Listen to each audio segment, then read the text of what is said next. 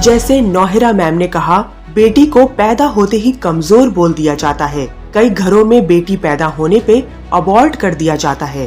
बेटी, बहू, माँ ये सारी लड़कियां ही तो हैं जिन्हें कमजोर माना गया।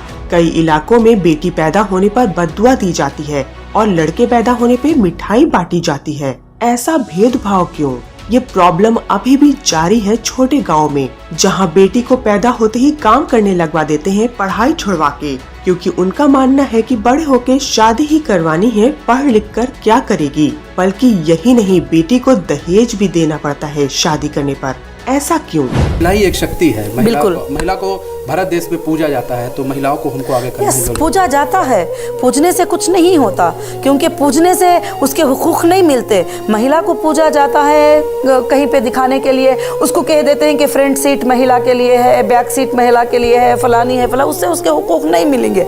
मगर उसको जब होती है तो घर से उसके माँ बाप ही उसको कमजोर कर देते हैं। सबसे पहले, बेटा तू लड़की है, तुझे शादी करके जाना है, वहाँ बड़े खतरनाक लोग रहेंगे, तुझे डराएंगे, तू बर्तन धोना सीख ले, तू खाना पकाना सीख ले, अगर देख वो छोड़ देगा तो तेरा क्या हाल होगा, कैसी भी हालत रहो तू मरती रहना है। डॉक्टर नौहरा शेख मैम का यही बोलना है कि बेटी कमजोर नहीं, बेटी भी उतने ही हक की जिम्मेदार है जितना कि लड़के हैं। ये बदलाव लाना है पूरे देश में।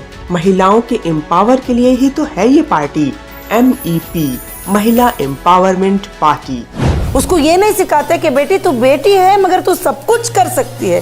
जैसा बेटे को हक है तेरे लिए भी हक है, जैसा बेटे को मेरी मालदारी में हिस्सा है तेरे भी हिस्सा है। अगर महिला को जब से उसको एम्पावर करेंगे तो सीधी सी बात है कि वो एम्पावर में आएगी ज़रूर। मैं यही मैसेज सबको, माँ बाप को भी देना चाहूँगी कि वो महिलाओं, बच्चों को पैदा होते ही जो है उसको करे। तो महिला क्यों उसको मारा जाता है आज, क्यों उसको माँ के पेट में मारा जाता है? ताकि बाप तक भी उससे इसलिए बेजार हो जाता है कि जब मंडप तैयारी होती है तो बेटी का जो बाप होता है वो तकलीफ उठा के घूमता फिरता है, पैसों के लिए, कपड़ों के लिए, खाने के लिए वगैरह सब। जो लड़के का बाप होता है, जमा हो गया, कपड़े तैयार हो गए, कार आके खड़ी हो गई, क्या मंडप लग गया।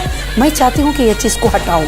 क्यों, किस बुनियाद पर, किस जुर्म पर बेटी का बाप ही ये सब करे, किस जुर्म के ऊपर बेटी के बाप की तैयारी करे।